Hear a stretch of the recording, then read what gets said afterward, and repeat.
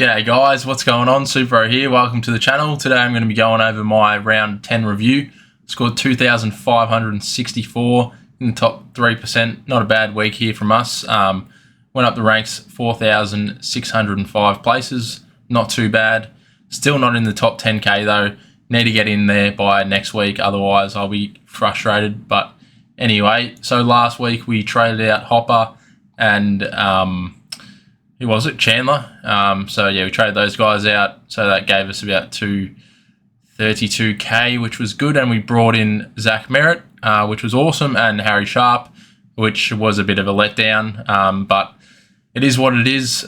We went with the VC on Sean Darcy because I did some research with Sean Darcy, but he didn't go great at all, which was a bit of a surprise, really, because last time he played Segler, he scored 183. That's his highest ever score against Hawthorn. But yeah, obviously Segler plays for the Cats now. It turns out, yeah, he was versing Segler that game. So I thought I'd put the VC on him. And yeah, he only got out 91, but I thought he was dominating in the ruck. But yeah, it was a bit of a letdown. But yeah, it is what it is.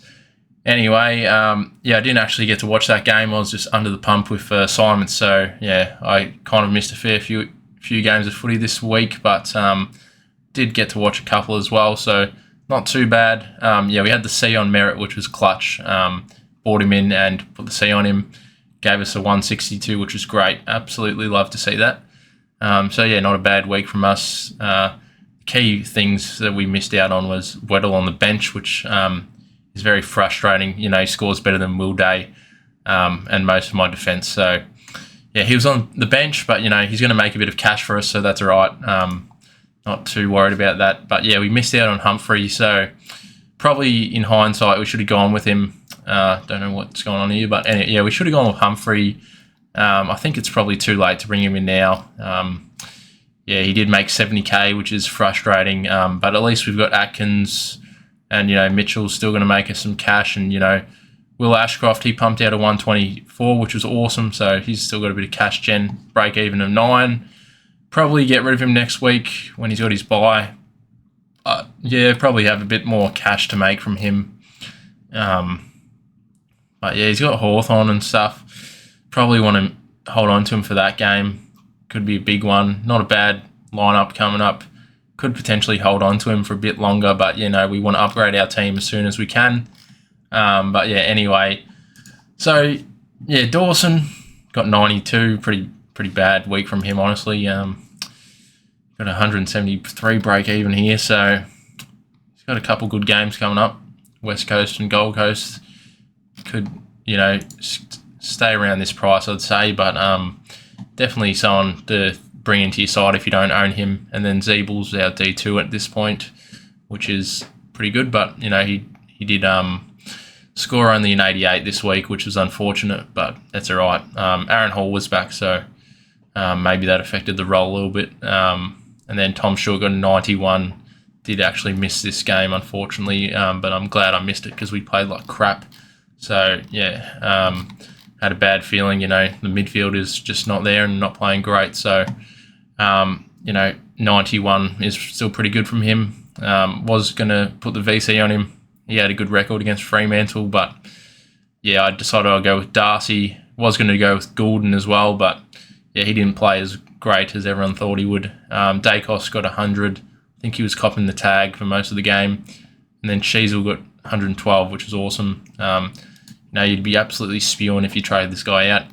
Definitely a primo, but yeah, he's going well. Can't really afford to trade him out anyway, so it is what it is. Most people own him. And then, yeah, Will Day, he's probably one of those guys that, you know, if we could luxury upgrade him later in the season, that would be ideal. But yeah, we've got guys like Weedle who are scoring well, better than he is, which is unfortunate that we didn't field him. Constable, hopefully he comes back soon, but who knows. Then the midfield, Bontempelli, 112, which is great. Nothing too fancy there, but got Gold Coast this week. Hopefully he's in for a big score, has a big break even, that's for sure. But I can see him going pretty well against Gold Coast. And then Clary supposedly is out for a month, so that's really frustrating. We've only got 15 trades left, so what do we do with him? Do we hold him or do we trade him out? I'm still undecided, to be honest. Probably isn't a bad idea to hold him. He's so expensive. He's going to come back and he's not really going to drop that much in price, you'd reckon, because, he's got a 138 break even, got an average of, 124, which is massive. So he's probably not worth trading out. Realistically, it's just like if you want to go up the ranks, definitely probably need to trade him out. But then again, you could hold on to him, which I might do. I'm not too sure yet. And then Laird really bounced back. So if you don't own him, definitely someone to bring into your side. He's going to start going up in price again. Probably like as cheap as you'll get him, I'd say. Yeah, he's pretty cheap at the moment. So definitely one to look at. It looks like he's back in form, which is good. Then Tom Green's been good. Can't complain about him. Merritt, great trade in. And then they've got, I think it's West Coast. Yeah, got West Coast. Definitely a VC option this week. Parrish might be back, but who knows. Definitely still going to VC him anyway. Ashcroft, not a bad choice to hold on to, but, it's a bit of a stitch up. He's got a good fixture coming up here. And then he's got his bye in round 12. Do we get rid of him when he plays Hawthorn in round 13? Probably not. I don't know. It's hard to say what we're going to do with Ashcroft. I think we're going to trade him most likely for like a Lockie Neal or so on. Just upgrade him. But, he could potentially score as good as Neal anyway. But I doubt it. Especially against Hawthorn. Neal's probably going to go massive. So, we'll just go back to that. And then Atkins was good. Wasn't as salty that I didn't own Humphrey. But yeah, I could have had Humphrey as well in the field, but I decided I'd go against that pick. Obviously, the upside was there.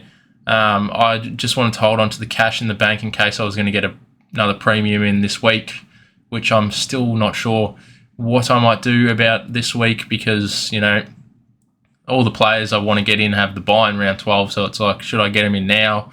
And they're not going to play in round 12.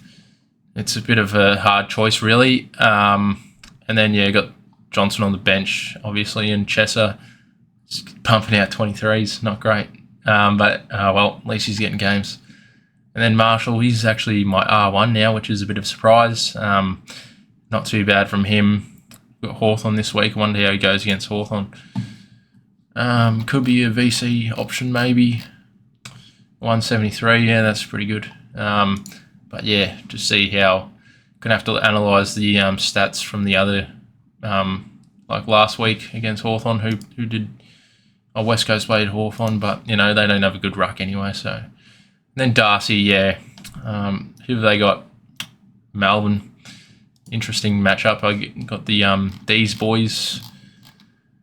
But yeah, not too bad. And then Teakle didn't play, which is frustrating. Might trade him out this week. I'll probably wait until teams get released, see if he gets put into the side. But after Port just won, I doubt he's going to come back into the side anytime soon. So no real use of holding on to him if that's the case. And then Dunkley pumped out a 153, which is great. Taranto's going good as well, but, not really helping Richmond out. He scores well in SuperCoach, but they don't win the games that they need to. Then Goulden got 96. Just Richmond, that's a bit stiff about Damien Hardwick. Hopefully, they can turn it around and they'll probably end up winning this week or something just because of that situation, but who knows. And then Rosie got 140, which was good. His mate Butters, though, he's the one, 184, ridiculous. Do we bring him in? So the thing is, if you bring in Butters, that means, most people would finish off their forward line and you're missing out on like a ruckman, but I'd probably say it's worth it because Butters is in unbelievable form. Like, he's probably like top 3 midfielder form, so definitely one to consider.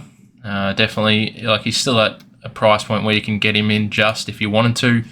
Otherwise, he's just going to get out of reach, and he's got Richmond this week, so he's probably going to go massive. Then he's got Hawthorn. So yeah, this was probably who I'd go for, a Oliver replacement. If you did want to replace Oliver, just trade him straight to Butters, I'd probably say. He is a bit injury prone, but I feel like he's worth the risk. If it doesn't work out, he's going to go up heaps in cash anyway, so you can just trade him back to Oliver. But, that's 2 trades wasted. But, yeah, I think he's obviously a keeper in the forward line anyway. And then Sinclair got a 160, which is huge. Neil, Wardlaw, sorry. He played great. Brought him in my draft team, so that's awesome. But, yeah, got Cogs. He's doing all right. He's still fairly priced. If you wanted a value option in the forward line, I couldn't say no against him.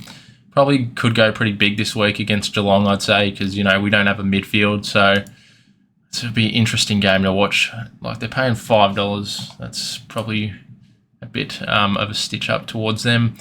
I think they have a fair chance of beating us, even in Geelong. But, yeah, and then Mitchell, we fielded him, which was good. But, yeah, we'll go over the trade. So, a couple of options I'm thinking here. I'm not too sure what to do. So, we could go the route where we just hold on to Oliver. So, I'm kind of thinking, trade out maybe like a Johnson or someone. See what his cash gen is. He's got to break even at 21. You can still make us a bit of coin here, but rather hold on to the other guys who are making a fair bit of coin. So, we could trade out Johnson and Teakle, and I'll just swing Madden back into the ruck line. Then I'll bring Sheasel up forward so I can field Weddle. So I'll just put Chesser there. And then what the go was, I was thinking about taking the big punt. I don't know. It's probably sounds silly. But yeah, I wasn't ruling it out, but I probably might actually do this. It is a massive risk, but I was probably going to bring in the mid-tier madness player, Matthew Kennedy. Could be an option. And then, then we can also bring in Wardlaw as well. Go early on him. Don't usually like going early on rookies, but this guy, he's a top 5 draft pick, so he's pretty safe. He's got the job security, got the potential to score well. This way, I've got some decent scores on my field, so I can just cover Oliver for a couple weeks. So what? Carlton buy, when's that? Yeah, so Wardlaw and Kennedy both have the round 15 buy. So, I've got all of the buy, basically, like all the buy rounds he'll be playing until the last one, but then I'll have to figure out what I'm going to do about that. For cover-wise, if it doesn't work out, I can just trade him out in his buy round, like when he goes back up to like 500k again or something. But, the issue with him is he's been the sub, so he's dropped heaps in price. He's got a break even of 28. He's only 1% of teams as well, but we're at that time of the year. We probably need to bring in actual players like Primos, but I feel like the value that you can get out of this guy is worth it. Because he's got some good scores here. Obviously, these games he's been subs and stuff, but he still gets you an 80 on the field and stuff. So an 80 on the field's way better than all the other rookies I've got here. And then, Wardlaw, we're going to have to take the punt on him to score well as well, but I feel like he'll be able to score well. So I'd probably line up like this, which isn't too bad. This way we're holding on to Oliver. But yeah, his scores last year are great. Like, he's a potential primo. He's got some, he probably averaged like a 100 or something last year, but some good scores in here. He's obviously a ball magnet. Carlton just need to play good, and he needs to stay in the side. If he does stay in the side, obviously it's dependent on the team sheets this week if I take the punt or not. But he's pretty much scoring the same as Cripps anyway now, and Cripps is like 500k. Even Walsh didn't even score that great either, so it's like might as well just bring in Kennedy for 350k, and he can score potentially the same as Walsh and Cripps anyway. So not a bad option, I would say, but yeah, it's very risky. He could also help me finish my side as like an M8 option if I can't afford anyone at the end of the year, but I feel like I'll be able to finish my team off anyway. But yeah, definitely considering that. Otherwise, I'll probably do something like Just an Oliver out for a Zach Butters. Put him in the midfield for the moment. Oh, we could try and reloot the team, I guess. I wasn't too sure. Like, I could even just bring in Kennedy as well with this option, just to get Sharp off the field, have a better scorer. Could do this as well. Leaves us with a bit of cash left over for an actual upgrade following week. Or I could, go with someone else like Jack Steele and bring in that, is it Clayton or whatever? I could definitely bring him in. So this would be another option here with the Matthew Kennedy route. Where is he? Bloody blind. Could do something like this, leaves me 167k in the bank. I feel like I need to take a massive risk just to get my season back alive, because I'm still outside the top 10k. But yeah, this is a bit more risky, and then it's like I've got to get Oliver back into the side somehow. Don't know how I'm going to do that. But yeah, it gets me a better player on the field, and he'll be able to play throughout most of the bye anyway. But yeah, it's not something I've ruled out as of yet. Yeah, but otherwise, if we do hold Oliver, it's a bit of a stitch up because we'll have to get rid of Teakle and someone else like Johnson maybe, or Sincotta. Probably like to hold on to Sincotta if I can. We could definitely go down this route where we bring in a actual rookie. Is it Clayton, is it? Is that what his name is? GWS player. Oh, Fleeton. I don't know where I got that from. But yeah, could do this route as well. This is probably the logical decision here to go in, bring in a Jack Steele or somebody else. I think Jack Steele's quite good value for what you get out of him, but he has had that injury concern. And yeah, but then this situation, I don't really have cover for Oliver. I'm going to have to field an actual rookie like Sharp or a Sincotta if he gets named, and then, it's a bit of a worry unless I can somehow figure out a way to get Will Day into the midfield and bring Mitchell back there and have him on the field. But I'm not really liking the look of this. It probably makes a bit more sense just to hold the faith and field a rookie for 1 week and then upgrade to another primo the next week. But I don't know, I'm kind of leaning more towards the Matthew Kennedy route. But yeah, obviously it's team dependent and stuff like that because they had Hewitt as a sub. So surely they can just drop a rookie in the Carlton side or something like that, and he can stay in the team and they can have both of them in the team. But it seems to be a bit of a worry for the Carlton coaching staff apparently. But yeah, this way I can get rid of Roberts or someone who's not going to make us any money. So still have a fair few cash options here. But yeah, I'll just do the risky trade, leave that in for the moment. Wasn't too sure who else I could actually bring in. Whitfield, I wonder if that's an interesting pod. He's taking the kick-ins. Yeah, that seems way too risky. But you would want to keep him as a obviously a keeper. But that's the same sort of thing you'd probably want with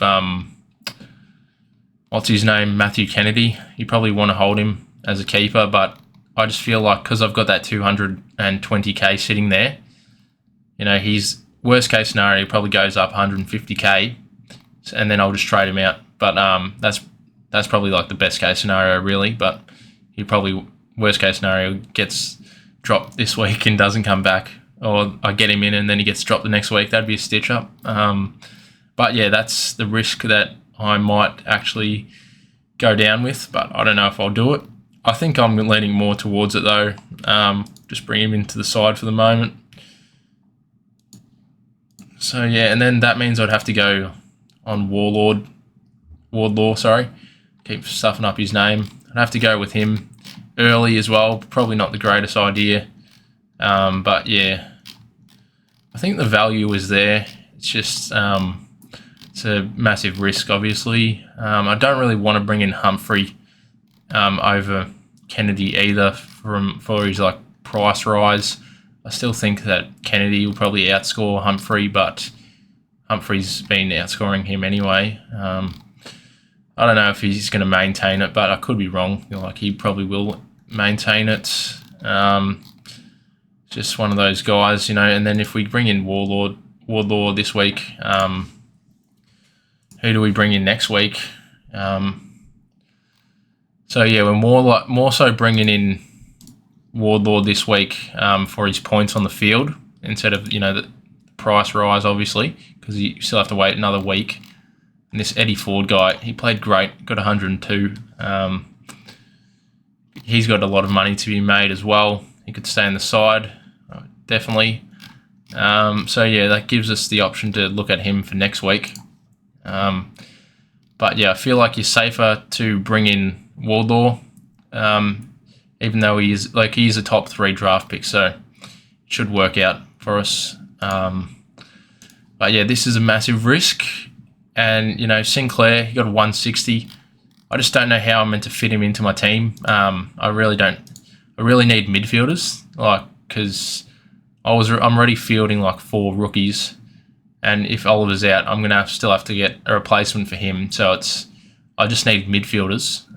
Pretty much completed defence and the forward line's just one player off. I just need midfielders. So I think for my team, this is probably the way I have to do it. But yeah, it is a massive risk. And then next week we can look at someone else to bring in. I'm not too sure who I want. Obviously Zach Butters is the smart thing to do. Get him in now before he goes up in price. So it's really either I take the punt with this route or I trade out Oliver and I go with the massive punt of bringing in Kennedy and Butters, which would be a pretty big punt. This one's not as big, but that one's more of a punt because we're getting rid of Oliver, which, I might actually do that. That means I'd complete the forward line.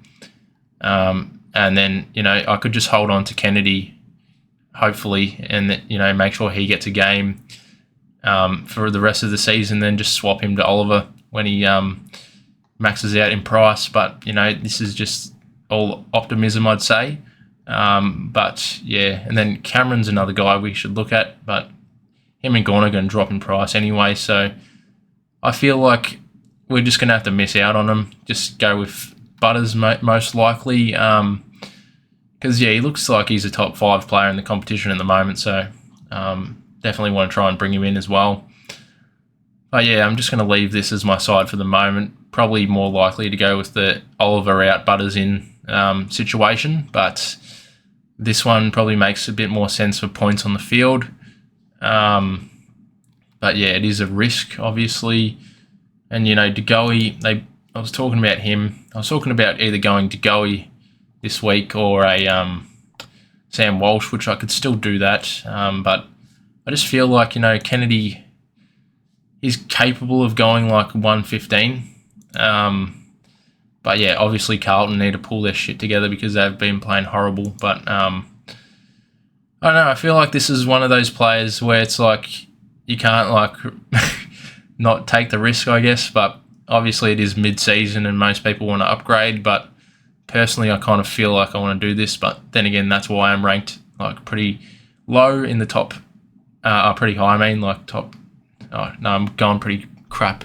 Top 10k, can't bloody speak. But yeah, that's just a bit of a stitch up. That Oliver's injured kind of messed up my plans a fair bit. But yeah, most people have Oliver, so we're all in the same boat. We could just trade him to another primo like a Petrarca or someone, but I don't know. Maybe I do this, just a bit of point of a difference, I guess. But yeah, That's probably my mindset behind what I'm thinking.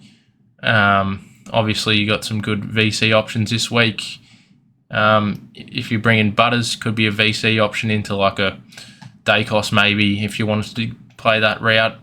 But obviously the clear one is the VC on Merit. And then you could go into someone like a Dacos, I guess, against North. Should tear him a new one. But yeah, I haven't really thought about captains as of such. Dunkley against Adelaide maybe, or Laird against Brisbane. Who knows? They could be a good score there. Bontempelli against Gold Coast probably is another one. Another one most people probably do. Yeah, I haven't really thought about it too much. Tom Green against undermanned Geelong maybe. Probably wouldn't be a bad shout, I guess, but it is in Geelong. I don't know, but yeah, I'll probably just line up something like this if I've got the balls to do it. But yeah, hopefully you guys are going well. Check out our league, see how we're going, and that. I'm third, I think, at the moment. Not too bad. So yeah, got Connor and Shane above me. We're all on the same points, and Ryan equal. Oh, I got a couple top 5, all on the same points. So really defining. And then there's a bit of space in between David and the rest of the comp, I'd say. Yeah, not too bad. Pretty good. We've actually fallen in the ranks. Oh no, we haven't. 757, not too bad. It's a bit of a red flag if I'm at the top anyway, but hopefully we can go a bit better. But yeah, hopefully you guys enjoyed this video and you're going well with SuperCoach. Let me know what you're going to do with Oliver down below. And thanks so much for watching, guys, and I'll see you later.